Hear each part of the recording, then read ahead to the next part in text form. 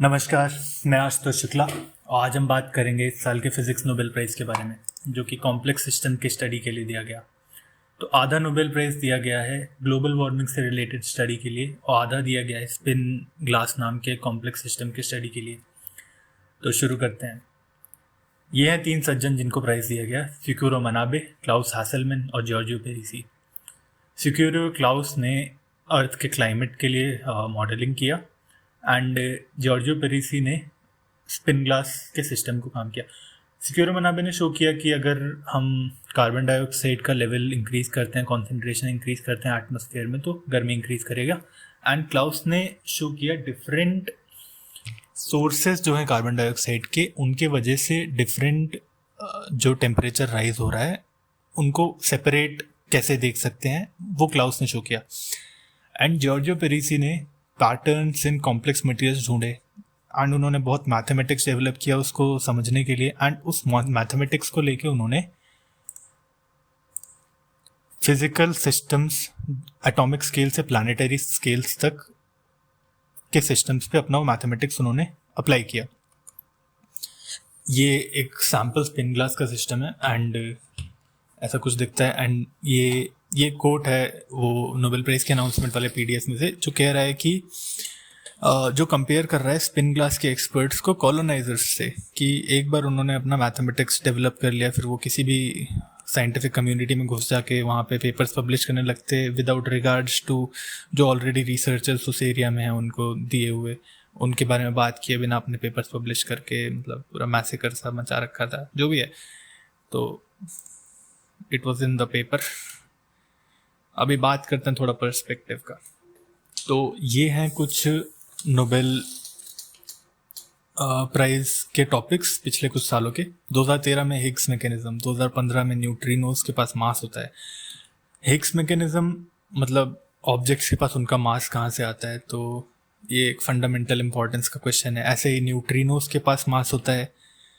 तो न्यूट्रिनो सब atomic particles होते हैं जो बीटा डीके में निकलते हैं। एंड कई लोग कह रहे थे कुछ ऑब्जर्वेशंस से कि न्यूट्रिनोज लाइट से तेज़ होते हैं, तो इसके लिए सर्न वालों ने लाइट और न्यूट्रिनोज का रेस भी ऑर्गेनाइज किया था, जिसमें इनिशियली न्यूट्रिनोज जीत गए, खूब खबरें छपी, फिर वो कह रहे कुछ चीटिंग हुआ था, न्यूट्रिनोज को डिस्क्वालीफाई कर दिया। तो न्यूट्रिनोज के पास अगर मास है तो आइंस्टाइन का रिलेटिविटी, स्पेशल रिलेटिविटी भी कहती है कि वो लाइट के स्पीड से तेज़ ट्रैवल नहीं कर सकते। तो हम काफ़ी एज पर हैं, कटिंग एज पर, कि क्या हो रहा है, क्या सही है, क्या गलत है। उसके अलावा ग्रेविटेशनल वेव्स हैं और कॉस्मिक माइक्रोवेव बैकग्राउंड है और ब्लैक होल्स है। ये सब हमारे अंडरस्टैंडिंग, जितना हम फिज़िक्स जानते हैं उसके एकदम छोर पर है। इससे ज़्यादा हम नहीं जानते, और हम जो इसके बारे में जानते हैं वो भी हमें डेफिनेटली नहीं पता कि हम सही जानते हैं कि नहीं जानते। तो हम क्या कर रहे हैं, हम पार्टिकल्स को समझने के लिए उनको तोड़ते हैं, बड़े बड़े एक्सेलरेटर बना रहे हैं, उनसे और ज़ोर से तोड़ते हैं, छोटे छोटे टुकड़े होते हैं, उनको हम देख के समझने की कोशिश करते हैं कि ये चीज़ कैसे बना है, कैसे काम कर रहा है। सिमिलरली हम टेलीस्कोप्स लेके आसमान में देखते हैं एंड बाहर और देखना चाहते हैं कि क्या छुपा हुआ है। हमारे पास कुछ आइडिया है कि हमारा यूनिवर्स कैसे काम करता है, पार्टिकल्स कैसे इंटरैक्ट करते हैं, काम करते हैं, कैसे सब कुछ बनता है, फ्रॉम कुछ भी नहीं से कुछ कैसे बनता है। तो हम समझना चाहते हैं और हम ढूंढ रहे हैं कि कुछ हमको ऑब्जर्वेशंस मिले जो हमें सही या गलत साबित करें, ताकि हम पता कर सकें हमारी थ्योरी सही है गलत है, इम्प्रूव करें। एंड इसके कॉन्ट्रास्ट में कॉम्प्लेक्स सिस्टम्स क्या होता है। कॉम्प्लेक्स सिस्टम्स में हमें रूल्स लेट्स से सारे पता हैं। लेट्स से हमारे पास 3 पार्टिकल्स का सिस्टम है जो न्यूटन के ग्रेविटेशन लॉस के हिसाब से इवॉल्व कर रहा है। ये ऑलरेडी एक कॉम्प्लेक्स सिस्टम हो गया।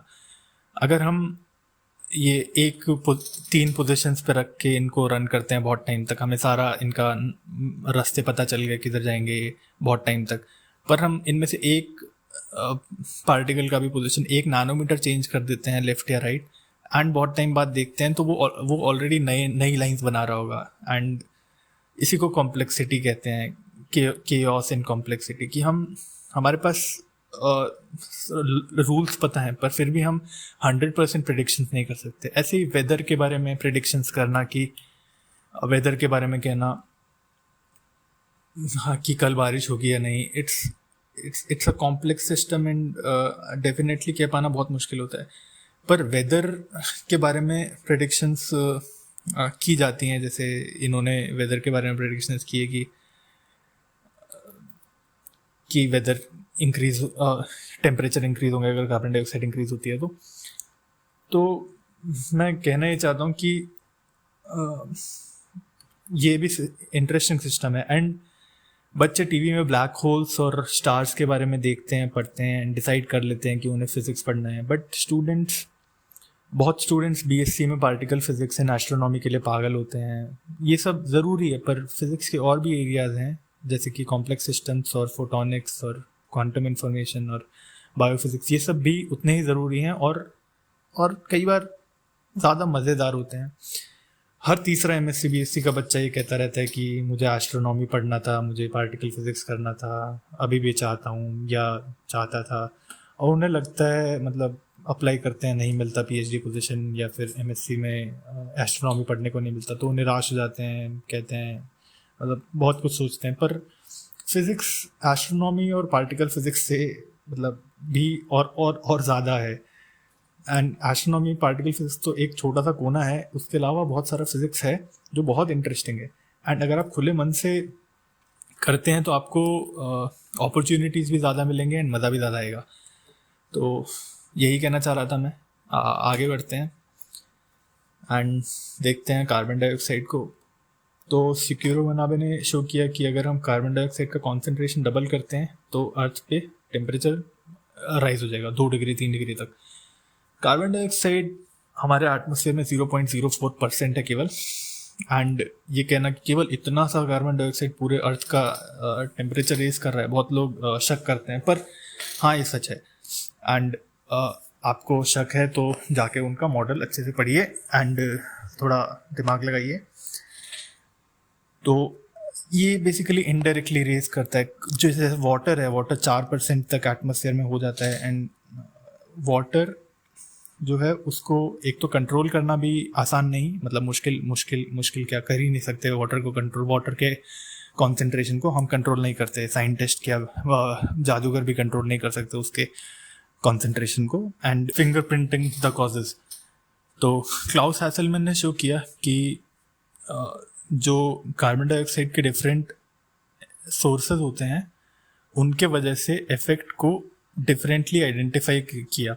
जैसे ये नेचुरल सोर्सेज हैं, ये ग्रे लाइंस हैं जो वोल्केनिक इरप्शंस थे, वोल्केनो से बहुत सारा CO2 निकला। एंड उन्होंने कहा कि उनके वजह से इतना टेम्परेचर, ऐसे टेम्परेचर आई कि ये ब्लू लाइन है केवल नेचुरल सोर्सेज की वजह से अगर टेम्परेचर इवॉल्व हो रहा होता तो ऐसे राइज करता है। एंड वो रफली 0 के आसपास ही है, मतलब टेम्परेचर राइज नहीं कर रहा कंपेयर टू ये रेड लाइन जो ह्यूमन एमिशंस को भी लेके मान के चलता है। तो ह्यूमन एमिशंस की वजह से रेड लाइन प्रेडिक्शंस हैं और ये नेचुरल सोर्सेज की वजह से। और ब्लैक लाइन जो है वो ऑब्जर्व्ड है, जो हम बाहर देख रहे हैं दुनिया में कैसे टेम्परेचर इंक्रीज हो रहा है। तो ये क्लियरली ये रेड लाइन जो है, जो ह्यूमन एमिशंस और नेचुरल एमिशंस को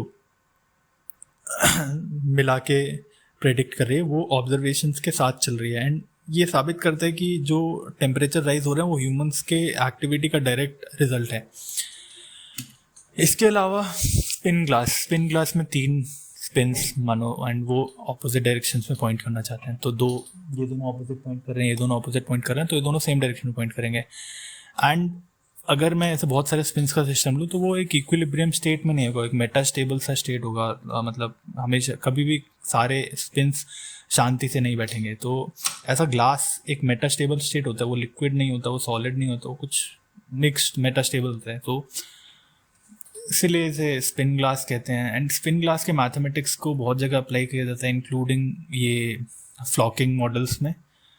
फ्लॉकिंग मॉडल पार्टिकल्स एक साथ मूव करना चाहते हैं एंड न्यूरल नेटवर्क्स एंड बहुत सारे अलग अलग सिस्टम्स है जहाँ पे ये स्पिन ग्लास का मैथमेटिक्स उन्होंने अप्लाई किया।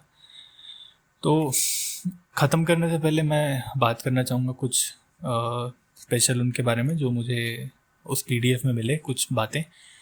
ये हैं all models are approximations to reality. हम रियलिटी को, फिजिकल ट्रूथ को कभी भी हम कागज़ पे लिख नहीं सकते कम्प्लीटली, हम केवल अप्रॉक्सीमेशंस लिख सकते हैं उनके। एंड एक जो साइंटिस्ट का कला होता है वो होता है ये जानने में कि कौन से अप्रॉक्सीमेशंस अच्छे हैं और उनके उन अप्रॉक्सीमेशन से कब हमको गलत रिजल्ट्स मिलने शुरू हो जाते हैं। इसके अलावा फिलिप एंडरसन यहाँ बात कर रहे हैं स्पिन ग्लास के बारे में। वो कह रहे हैं कि स्पिन ग्लास का स्टार्टिंग में कोई प्रैक्टिकल इंपॉर्टेंस नहीं दिख रहा था, पर उसके बावजूद भी अगर आपको कुछ अच्छा लग रहा है एंड आप उसे करिए, साइंटिफिक मिस्ट्री को फॉलो करिए, तो एंड में it all turns out good, मतलब अंत में सब अच्छा ही होता है। अगर आप कोई साइंटिफिक मिस्ट्री को फॉलो कर रहे हैं बिना किसी रीज़न के कि उसका कोई प्रैक्टिकल इंपॉर्टेंस है या नहीं। फाइनली 1975 में मनाबे एंड वेदरलैंड ने जो सिमुलेशंस किए थे, तो उनके कंप्यूटर में 0.5 MB ऑफ रैम था केवल। आज तो बहुत ज़्यादा रैम होता है, मतलब पहले ऐसा नहीं कि वो लोग गरीब थे, बस उस टाइम स्टैंडर्ड ही ऐसा ही था, 0.5 MB। कम से कंप्यूटर्स नए थे एंड उन्होंने उस पर ही कार्बन डाइऑक्साइड का कॉन्सेंट्रेशन डबल किया एंड देखा सरफेस टेम्परेचर पे क्या इफेक्ट आ रहा है अपने मॉडल के हिसाब से।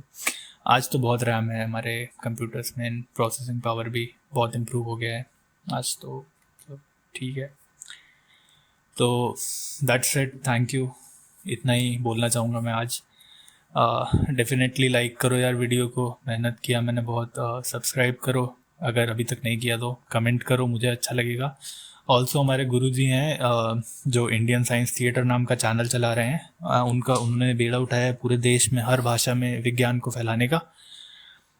वो आईसर के प्रोफेसर हैं एंड उनके साथ और भी लोग हैं ऐसे प्रोफेसर्स एंड स्टूडेंट्स, तो उनके चैनल को भी लाइक करो। That's it, thank you, bye.